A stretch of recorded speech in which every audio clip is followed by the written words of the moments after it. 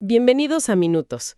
Hoy hablaremos de uno de los conflictos más decisivos y dolorosos en la historia, de dos naciones vecinas. Un punto de quiebre total. Exacto.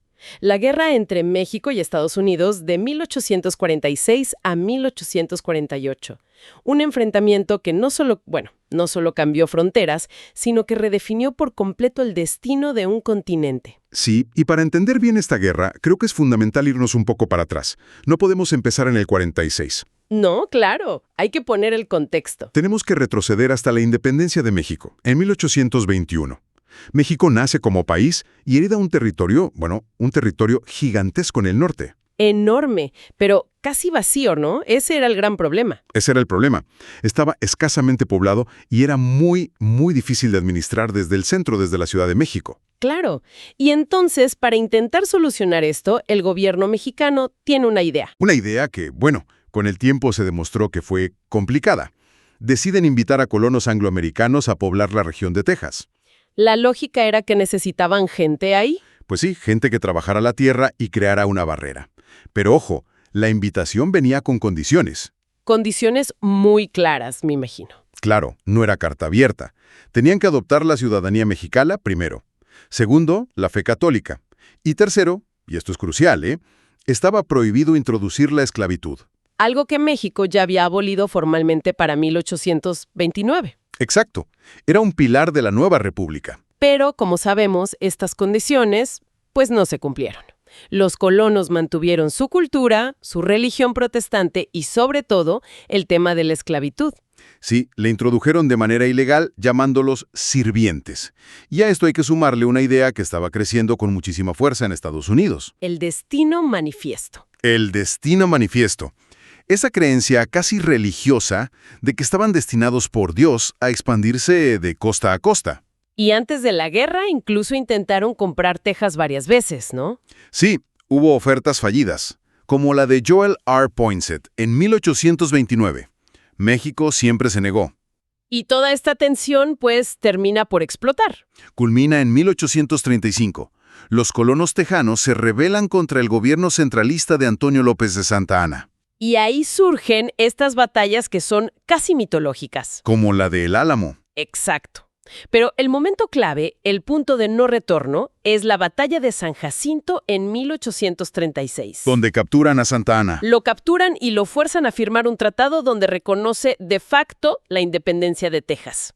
La palabra clave es de facto, porque el gobierno mexicano nunca lo aceptó oficialmente. Jamás. Para México, Texas seguía siendo una provincia rebelde. No reconocieron esa independencia forzada. Y así llegamos a 1845. El detonante final. Estados Unidos, ya con James K. Polk en la presidencia. Un expansionista convencido. Totalmente. Anexa formalmente Texas. Para México, esto ya es una declaración de guerra. Es el punto de quiebre. Y encima estaba la disputa fronteriza.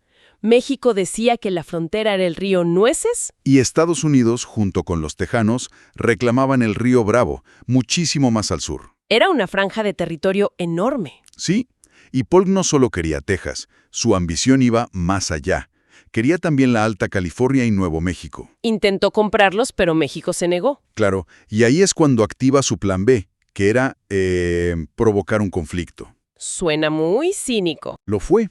Le ordena al general Zachary Taylor que avance con sus tropas y se instale en esa zona en disputa entre el Nueces y el Bravo. Era una provocación directa. Y mientras esto pasaba, ¿cómo estaba México internamente? Era un caos. Una nación prácticamente en bancarrota, dividida hasta la médula entre federalistas y centralistas. Golpes de Estado constantes. ¿Como el de Mariano Paredes y Arrillaga? Exacto. Esa inestabilidad hizo imposible cualquier tipo de defensa coordinada. El país se estaba desmoronando por dentro. Y entonces, la provocación de Polk funciona. Funciona a la perfección. El 25 de abril de 1846, una patrulla estadounidense es emboscada por tropas mexicanas en un lugar llamado Rancho Carricitos. El famoso incidente de Thornton. Ese mismo. Y Polk aprovecha esto. Va al Congreso y dice esa frase famosísima: sangre estadounidense ha sido derramada en suelo estadounidense. Una verdad a medias, porque el suelo estaba en disputa. Pero fue suficiente. El 13 de mayo de 1846, Estados Unidos declara oficialmente la guerra. Y cuando empieza el conflicto, la desigualdad es abrumadora. Totalmente. 20 millones de habitantes en Estados Unidos contra 9 en México. Una economía industrial contra una agraria. ¿Y el ejército? Un ejército estadounidense mejor armado, mejor entrenado.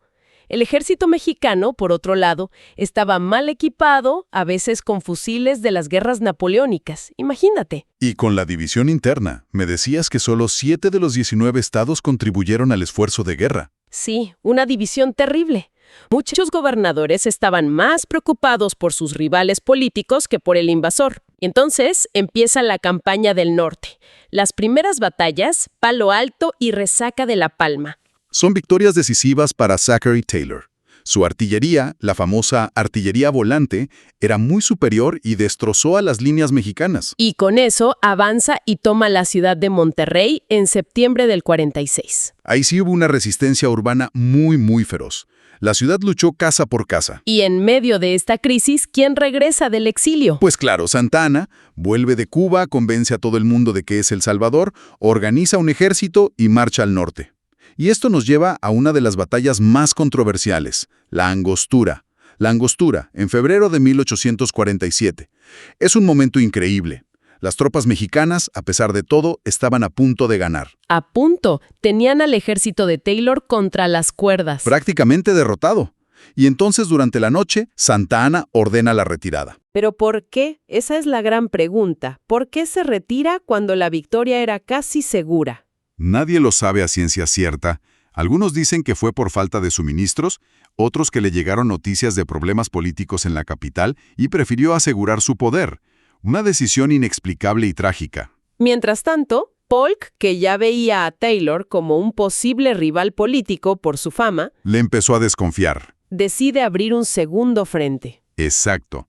Una jugada mucho más arriesgada, una invasión por el Golfo. Pone al mando al general Winfield Scott. Y en marzo de 1847 desembarcan en Veracruz. Sí, tras un bombardeo muy intenso a la ciudad que causó muchas víctimas civiles, la toman.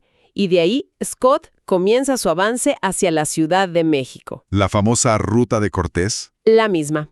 Y va consiguiendo victorias clave, como en Cerro Gordo. Y ya acercándose a la capital, la defensa se vuelve cada vez más desesperada. Vemos una sucesión de batallas heroicas. Padierna y luego Churubusco. En el convento de Churubusco. Ahí es donde el general Pedro María Anaya, cuando le piden entregar las municiones, dice su famosa frase. Si hubiera parque, no estaría usted aquí. Una frase que resume el coraje y la impotencia de ese momento. Y después de Molino del Rey, quedaba el último bastión, el castillo de Chapultepec. Que era la sede del colegio militar. El asalto es el 13 de septiembre de 1847. Y aquí es donde surge la historia de los niños héroes. Sí, la orden era que los cadetes, que eran adolescentes, no pelearan, pero un grupo de ellos desobedece y se une a la lucha. 6 de ellos mueren en la batalla. Su sacrificio se convierte en un símbolo nacional. Un símbolo potentísimo. Y con la caída de Chapultepec, pues, el ejército estadounidense entra y ocupa la Ciudad de México. La guerra, en esencia, había terminado. Con la capital tomada, el gobierno mexicano se traslada a Querétaro y se ve forzado a negociar la paz. No había otra opción. Y el 2 de febrero de 1848 se firma el Tratado de Guadalupe Hidalgo. Y los términos son devastadores. Catastróficos. México cede el 55% de su territorio. Es que el número es difícil de asimilar. 55%. Hablamos de los actuales estados de California, Nevada, Utah, Nuevo México, Arizona. Y partes de Colorado, Wyoming, Kansas y Oklahoma. Casi 2.400.000 kilómetros cuadrados. A cambio de una indemnización de $15 millones. Una cifra simbólica realmente. Para México, la derrota fue un trauma nacional. Agravó la inestabilidad, lo dejó en bancarrota moral, económica. Y sembró una sensación de impotencia frente al vecino del norte que duraría más de un siglo. Sin duda. Marcó la relación para siempre. Pero para Estados Unidos, aunque a primera vista fue el triunfo del destino manifiesto. Claro, se convirtieron en una potencia bioceánica. Pero esa victoria trajo una consecuencia terrible e inesperada. Como dijo el filósofo Ralph Waldo Emerson, México nos envenenará. ¡Qué frase tan profética! Totalmente. Porque toda esa tierra nueva reavivó el debate más tóxico de su política, la esclavitud. La gran pregunta era, ¿los nuevos territorios serían estados libres o esclavistas? Exacto. Y esa pregunta rompió el frágil equilibrio que existía, envenenó la política, destruyó el sistema de partidos.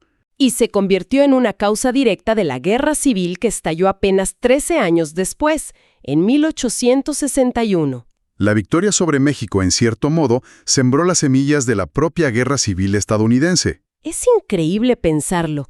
La guerra no solo redibujó el mapa, sino que plantó la semilla de los conflictos internos más sangrientos para ambas naciones. Un conflicto de solo 2 años, pero cuyas consecuencias y cicatrices, perduran hasta hoy, en la memoria, en la relación, en la frontera. Y es interesante porque no es una visión que tengamos solo ahora con la distancia. Los propios protagonistas lo veían. Ulysses S. Grant, que peleó en la guerra... Y que luego fue presidente. Exacto. Él llegó a calificar la guerra como una de las más injustas y dijo que la guerra civil fue, textualmente, la penitencia que su nación pagó por esa agresión. Híjole, qué fuerte que lo dijera el mismo general que ganó la guerra civil. Sí. Lo que los deja con una pregunta para reflexionar. ¿Fue la victoria estadounidense un triunfo que llevaba dentro el germen de su propia tragedia? Una pregunta muy potente para cerrar. Gracias por acompañarnos en Minutos. Si quieren seguir explorando momentos clave de la historia, no olviden suscribirse a nuestro canal. Hasta la próxima.